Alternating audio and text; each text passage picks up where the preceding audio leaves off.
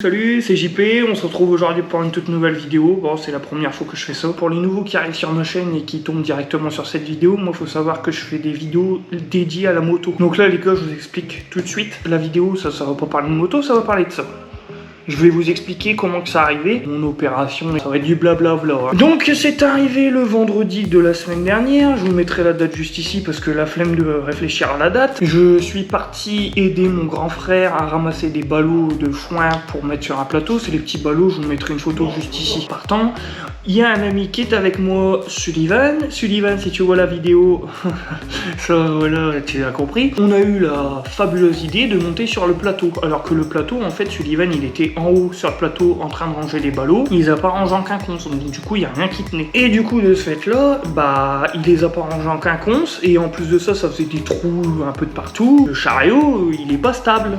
De base, il est pas stable le chariot. J'ai eu la fabuleuse idée donc de monter sur le chariot. Je monte sur le chariot, déjà, je peux vous dire que je suis déjà une masse, pèse un certain poids, plus de 100 kg. J'ai du mal, je lui demande de me donner un coup de main parce que le gros il arrive pas à monter là-bas en haut du chariot. Il arrive, il me donne un coup de main. Oh, le gros sac, il arrive pas à monter, il arrive pas à monter. On monte, on s'installe tranquille, on commence à se taper des barres. Lui il fait quoi? Il fait un petit TikTok. Donc Sullivan et moi, mon ami, nous sommes paisiblement et tendrement installés dans le chariot de foin avec des petits ballots, et mon frère nous entend pas. On lui demande de décoller, de partir, que ça faisait à peu près 5 minutes qu'il attendait. Et en fait lui il nous entendait pas, chose à retenir, nous entendait pas. Et on hurlait, vas-y Tony, vas-y. Pendant un moment, lui il sort du tracteur et commence à faire, les gars on y va ou pas? Je vous entends pas. Nous on fait, bah ouais vas-y, t'es sérieux quoi? On fait que ça d'hurler qu'on doit y aller, et puis t'es là que tu nous réponds pas. Oh j'entends rien. En même temps, le chariot il est à plus de 5 mètres de haut, lui il avait le tracteur juste en bas, et le bruit du tracteur plus le chariot, on était tout à l'arrière du chariot, c'est sûr qu'il pouvait pas nous répondre. Donc du coup il décolle, tout va bien, puis bah il commence à prendre de la vitesse. Nous on commence à rigoler, à se taper des barres et tout, ouais super. Arrivé à un moment, on commence à tomber sur un trou, donc du coup le trou il fait quoi? Bah ça fait une secousse sur le chariot, parce qu'il y a deux nanars là-bas en haut, un gars de 70 kg et un gars de plus de 110 kg qui s'amuse à faire les marioles là-bas en haut. Ça fait quoi? Les palos ils sont plus stables, ça commence à bouger comme ça. Et nous on commence à avoir notre intuition qui nous dit, les gars descendez de là, ça commence à puer du cul. On fait quoi? On reste, puis il continue à reprendre la vitesse. Et là, moment fatidique, il se passe quoi? Les ballots ils commencent à dégringoler tout par terre. Et là je suis là à dire, Tony, arrête-toi. Mais lui, fallait bien retenir, il n'entend rien du tout, il n'entend rien de ce qu'on raconte. Donc du coup, bah moi je tombe le premier, je commence à voir la chute, je me dis intérieurement, là t'es mort, tu vas te casser quelque chose, à cette hauteur là tu pourras pas te rattraper. J'essaie au mieux de prendre un petit ballot et puis de le caler en dessous de ma hanche gauche, enfin en dessous du côté gauche, j'ai su faire que ça. Et puis bah la chute, j'ai chuté, et puis j'ai chuté sur le ballot, sauf que ce côté là en fait il était pas retenu, il était retenu par rien du tout. Donc du coup l'être humain il réagit comme ça, on se rattrape comment? Par les mains. J'ai mis ma main à gauche là ici, j'ai posé comme ça par terre. Mais avec la chute et le poids, ça fait quoi? Ça fait crac. Et je sais pas ce qui s'est passé, 30 secondes après mon frère il a commencé à descendre, et puis bah moi je me suis réveillé sur la route, je pense que j'étais déjà tombé en malaise. Mon frère il arrive, ça va les gars et tout, puis bah il y a mon pote Sullivan, lui il commence à se taper des barres, rigole et tout. Puis bah moi je commence à tenir mon poignet comme ça, je fais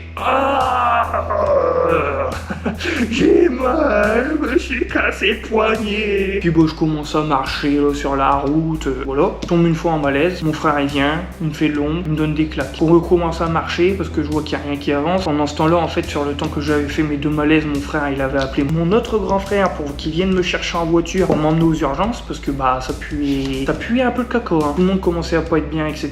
De la chute qu'on avait fait. Je retombe en malaise, là je me réveille, mon frère qui me donnait des grosses claques dans la gueule, mais je vous jure, des claques monumentales, des claques de bûcheron. Tout est bien qui finit bien, il y a mon grand frère qui commence à arriver, puis bah me ramener chez lui. Je prends ma douche, blablabli, blablabla, je me rhabille en propre parce que j'étais noir, hein. Les gars, le foin ça ramène de la poussière et tout, c'est impressionnant, hein. On est noir de visage, il y a plein de poussière, on est plein de bestioles et tout, j'étais obligé d'aller me laver avant d'aller aux urgences. J'arrive là aux urgences, bonjour madame, blablabli, blablabla, je suis tombé d'un chariot de plus de 5 mètres de haut, je pense que je me suis cassé le poignet, on fait quoi? Ah bah on va faire une radio et puis après on verra ce que ça donnera. Tout, on attend salle d'attente avec mon grand frère. Il y a eu entre le passage aux urgences, le fait que je passe en radio, il y a eu 3-4 heures d'attente. Mais bon, on va pas se plaindre, au moins on a un hôpital là à proximité. Là, je vais faire ma radio, je passe ma radio, hop, je demande à la meuf qui m'a fait la radio, je lui demande, et madame, vous savez pas ce que j'ai au poignet? Non, j'ai pas le droit de vous le dire. Et si je le saurais, j'ai pas le droit de vous le dire. En plus de ça, je ne sais pas ce que vous avez. Là, de là, il m'emmène directement dans une salle de plâtre. Alors moi, salle de plâtre, ils vont me plâtrer, ça veut dire que mon poignet il est pété. Et là il y a monsieur le docteur qui arrive. Monsieur, comment allez-vous? Bien. Mais monsieur, faut pas rester comme ça, hein, vous vous êtes cassé le poignet. Moi.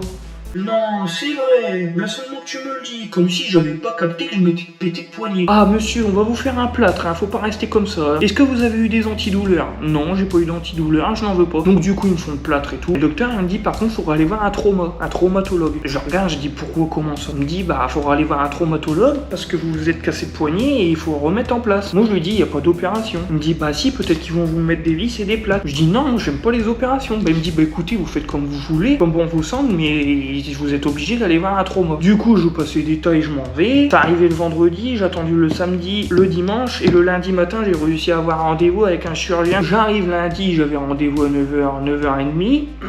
Au début, ça vous pris une mouche, le connasse.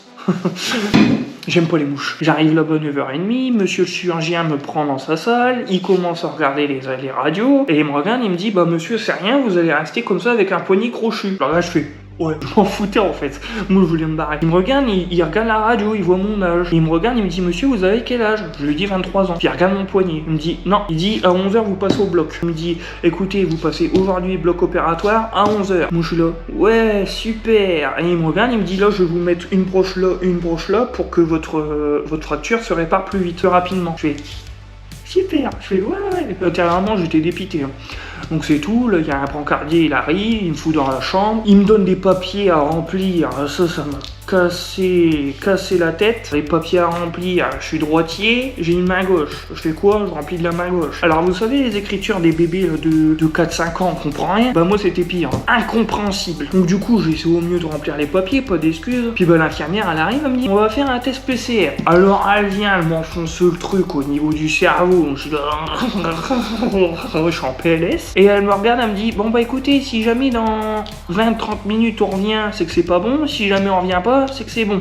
Ouais, je fais ouais. Et le brancardier, il est venu directement, il dit, bon bah monsieur blablabla, vous venez avec moi, hein. On part au bloc opératoire. D'accord? Du coup, on part au bloc opératoire, et là, les choses sérieuses commencent. L'anesthésiste vient me voir. Nom, prénom, âge, c'est ce qu'ils font à chaque fois. C'est la procédure. Du coup, je lui dis mon nom, mon prénom, mon âge, nanani, c'est pour voir en gros si vous êtes bien conscient. La dame, elle me dit, avec le docteur, on a vu, on va vous endormir le bras complètement. Donc, anesthésie du bras. Elle arrive, elle me dit, bon bah on va endormir votre bras. Je fais, ouais, d'accord. C'est le gros dur. Ah ouais, le gros dur.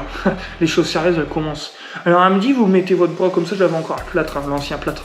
Elle me dit, vous mettez votre bras comme ça. Elle arrive avec un échographie, là, son truc d'échographie. Elle arrive, hop, elle met de la bétadine et puis elle commence à chercher. Elle regarde, je dis, bah vous faites quoi? Bah je dis, bah je cherche ton canal nerveux parce que je vais t'endormir le nerf du bras. Elle me demande, je lui dis, écoutez, est-ce que ça fait mal? Elle me dit, non, vous en faites pas, ça fait pas mal du tout. Au bout d'un moment, elle fait, bon bah je vais y aller. Hein. Elle commence à sortir un truc de son paquet, là, un truc comme ça. Les gars, je vous jure, une aiguille comme ça, en plastique. Ouais, bon, ça va picoter, ça va rien faire. Elle fait, bon bah j'y vais. Hein. Elle commence à piquer, je fais, ouais, bon, ça va, c'est pas douloureux quoi. Hein, elle avait mis que ça. Et là elle commence à me charcuter, à planter le truc là-dedans comme si elle plantait une petite épée. Et puis elle commence à chercher. Elle m'endort le bras. Au niveau des sensations, vous avez des picotements, des décharges électriques, c'est vraiment chelou. C'est bien à faire au moins une fois dans votre vie, mais je vous le souhaite pas. Vous avez votre bras lourd et tout, enfin c'est chelou. Je me dis, c'est bizarre, j'arrive quand même à bouger mes doigts comme ça, c'est chelou. L'anesthésiste, elle repasse devant moi, je lui demande, je lui dis, madame, c'est bizarre, vous avez endormi mon bras, mais j'arrive encore à bouger mes doigts. Elle me fait, c'est normal, mon ami, t'inquiète pas. Dans quelques minutes, tu sentiras plus rien. Les minutes, elles passent. Elle a raison, j'arrive plus à bouger mes doigts. Mais par contre, j'ai mal à ma fracture. Tout est endormi sauf ma fracture. Du coup, je dis rien. T'as une infirmière qui arrive et puis elle dit, bon bah monsieur, je vais vous couper votre plâtre.